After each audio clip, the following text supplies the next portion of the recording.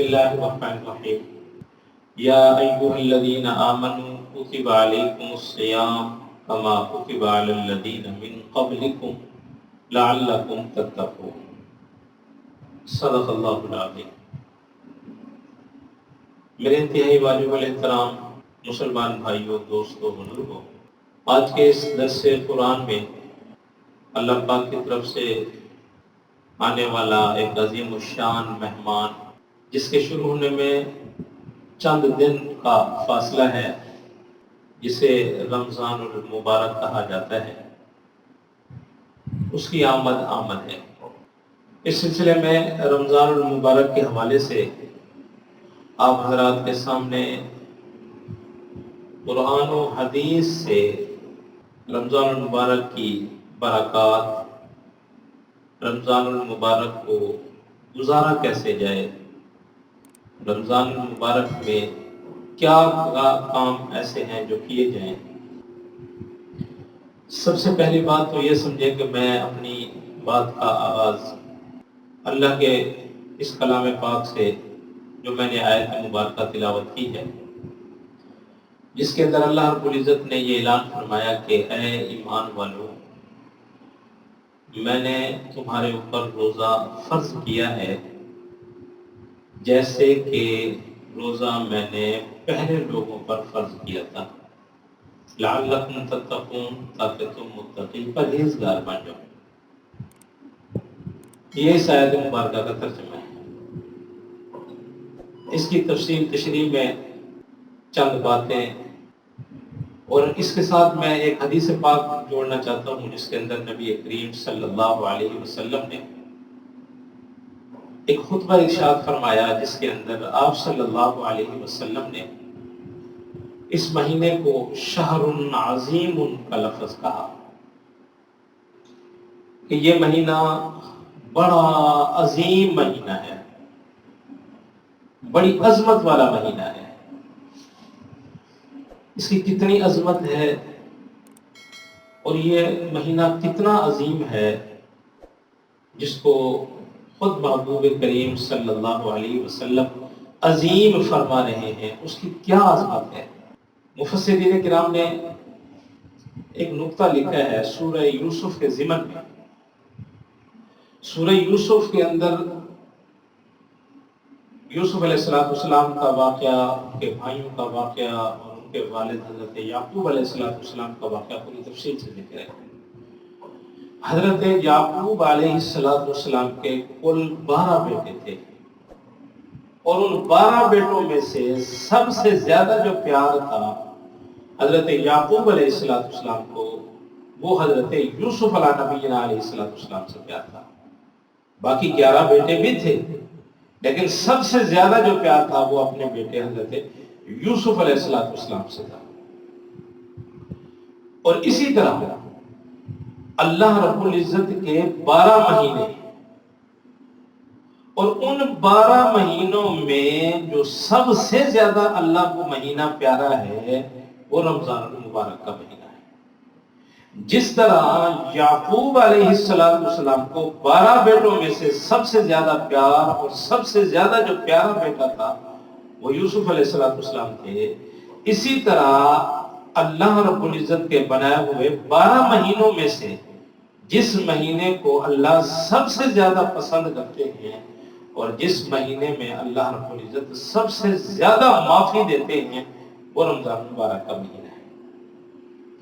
نبی کریم صلی اللہ علیہ وسلم نے پھر آگے ارشاد فرمایا، شہر مبارک، یہ مہینہ برکت والا مہینہ ہے۔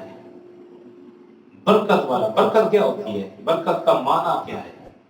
قرآن پاک میں ایک مقام پہ اللہ پاک نے ارشاد فرمایا، ان اول بیت وضع للناس للذی ببکۃ مبارکا، کہ اللہ پاک نے سب سے پہلا گھر جو اللہ پاک کا تعمیر کیا گیا بکہ، اس شہر کا نام بکہ شہر ہے اور وہ بڑی برکت والا ہے۔ بکہ کا کیا معنی ہے؟ اللہ پاک نے اسی جگہ کو ایک مقام پہ مکہ بھی فرمایا، مکہ بھی اسی جگہ کو کہتے ہیں، بکہ بھی اسی جگہ کو کہتے ہیں۔ لیکن مکہ مکرمہ عظمت والی جگہ، عزت والی جگہ، مکہ کا کیا معنی ہے؟ تو اس کا معنی بھی قرآن پاک میں موجود ہے کہ بکا کہتے ہیں کہ جس کی طرف کوئی میلی آنکھ اٹھا کے دیکھے نا تو اس کی گردن توڑ دے۔ جو کوئی اس بکا کی طرف میلی آنکھ اٹھا کے دیکھے تو جو اس بکا کا مالک ہے نا اس کی گردن توڑ دے۔ اور اس کا جواب قرآن پاک کے اندر موجود ہے، الم تر کیف فعل ربک باصحاب الفیل۔ وہ ہاتھی والے لوگ آئے تھے مکہ مکرمہ میں بیت اللہ کو معاذ اللہ ثم معاذ اللہ گرانے کے لیے، تو اللہ پاک نے ان چھوٹے چھوٹے ابابیلوں کے ذریعے اپنے گھر کی حفاظت فرمائی، اور جن لوگوں نے اس لڑائی میں حصہ لیا اور بیت اللہ کے گرانے میں حصہ لیے، اللہ نے سب کو تہس نہس کر کے رکھ دیا۔ بکا اسے کہتے ہیں۔ تو اللہ پاک نے فرمایا بکا بھی مبارک جگہ ہے، وہ بھی برکت والی جگہ ہے۔ اب برکت کا کیا معنی ہے؟ برکت کسے کہتے ہیں؟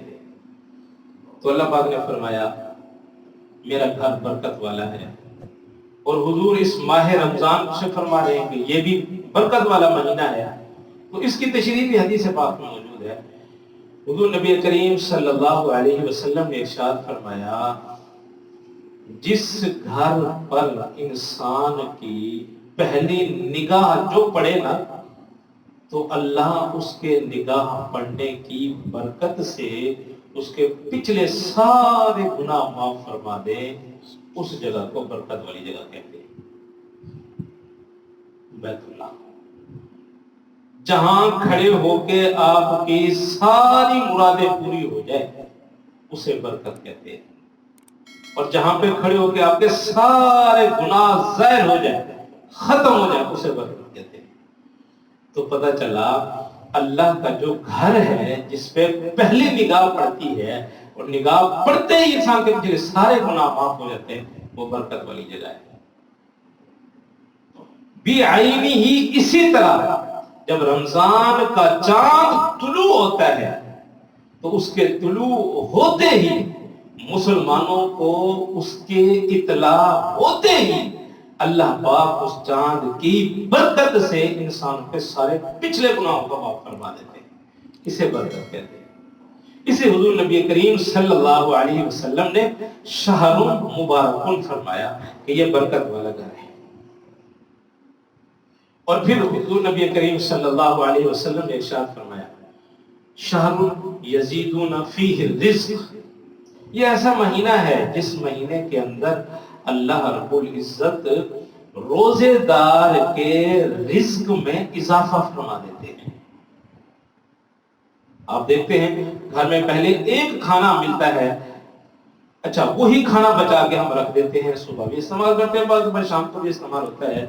دسترخوان پہ ایک نعمت ہوتی ہے، دو نعمتیں ہوتی ہیں، اس سے زیادہ کم و بیش بہت کم ہوتا ہے، لیکن جس کے ہاں فراوانی اللہ اسے عطا فرماتے ہیں۔ لیکن عموماً ہر گھر کے اندر ایک آدھ نعمت ہوتی ہے، لیکن رمضان کے ہوتے ہوئے اچھا جس بندے نے روزہ رکھا ہو یا جس نے نہ بھی رکھا ہو، اللہ روزے رکھنے والوں کی برکت سے ان کے رزق میں تو برکت ہوتی ہے، لیکن جو ساتھ میں بے روزے دار ہوتا ہے اللہ اس کے گھر میں بھی اس برکت کو وہاں پہ بھی نازل فرماتے ہیں، اس کے گھر میں بھی رزق کی فراوانی ہوتی ہے، اور وہ بھی اپنے بچوں کو 10 نعمتیں کھلاتے ہیں۔